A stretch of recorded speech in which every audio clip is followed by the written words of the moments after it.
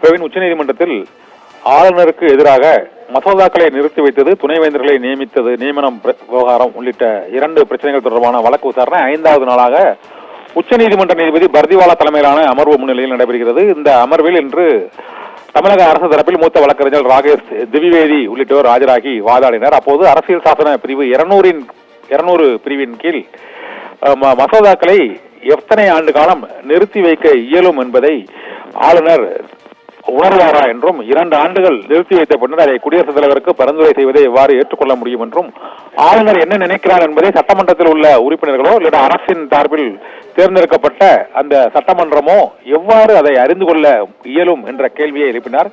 இதற்கு உச்சநீதிமன்ற நீதிபதி பர்திவாலா தலைமையிலான அமர்வும் ஆளுநருக்கு பல்வேறு கண்டனங்களையும் சரமாரியான கேள்விகளையும் எழுப்பியது.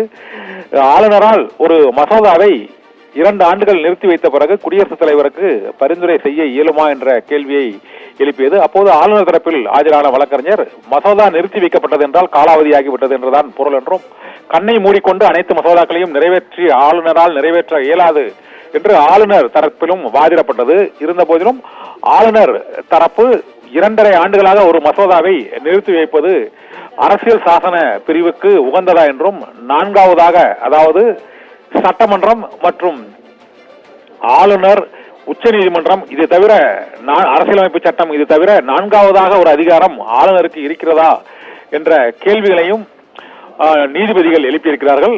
காரணம் எதுவும் தெரிவிக்காமல் குறிப்பிட்ட காலத்திற்கு அதிகமாக அந்த மசோதாக்களை நிறுத்தி வைத்து அதன் பின்னர் குடியரசுத் தலைவருக்கு எப்படி அனுப்பி வைக்க இயலும் என்ற கேள்வியையும் ஆளுநர் தரப்புக்கு நீதிபதிகள் பர்திவாலா தலைமையிலான அமர்வு எழுப்பிய இந்த கேள்வியின் மூலமாக ஆளுநருக்கு எதிரான வழக்கு விசாரணையானது இன்று மீண்டும் காரசாரமான வாதங்கள் இருதரப்பிலும் எடுத்து வைக்கப்பட்டன. இருதரப்புக்கும் உச்சநீதிமன்ற நீதிபதிகளும் பல்வேறு கேள்விகளை எழுப்பியுள்ளனர். இருந்த போதிலும் இந்த வழக்கு விசாரணையானது தொடர்ச்சியாக 1 வார காலமாக இருதரப்பு வாதங்களும் நடைபெற்று வருவதால் உத்தரவு என்ன பிறப்பிக்கப் போகிறது, ஏற்கனவே பிறப்பிக்கப்பட்ட உத்தரவுக்கு ஆளுநர் இன்னும் செவி சாய்க்காமல் இருக்கக்கூடிய நிலையில் 24 மணி நேரத்தில் அரசுடன் கலந்தாலோசனை செய்து தேநீர் விருந்து கொடுத்து இந்த பிரச்சனைக்கு சுமூக தீர்வை எட்ட வேண்டும் என்றும், மசோதாக்கள் நிறுத்தி வைப்பால் மக்களுக்குத்தான் பாதிப்பு என்ற கருத்தையும் நீதிபதிகள் ஏற்கனவே கடந்த வாரமே வைத்தனர். அந்த கருத்து மற்றும் அந்த உத்தரவு இன்னும் அமல்படுத்தப்படவில்லை.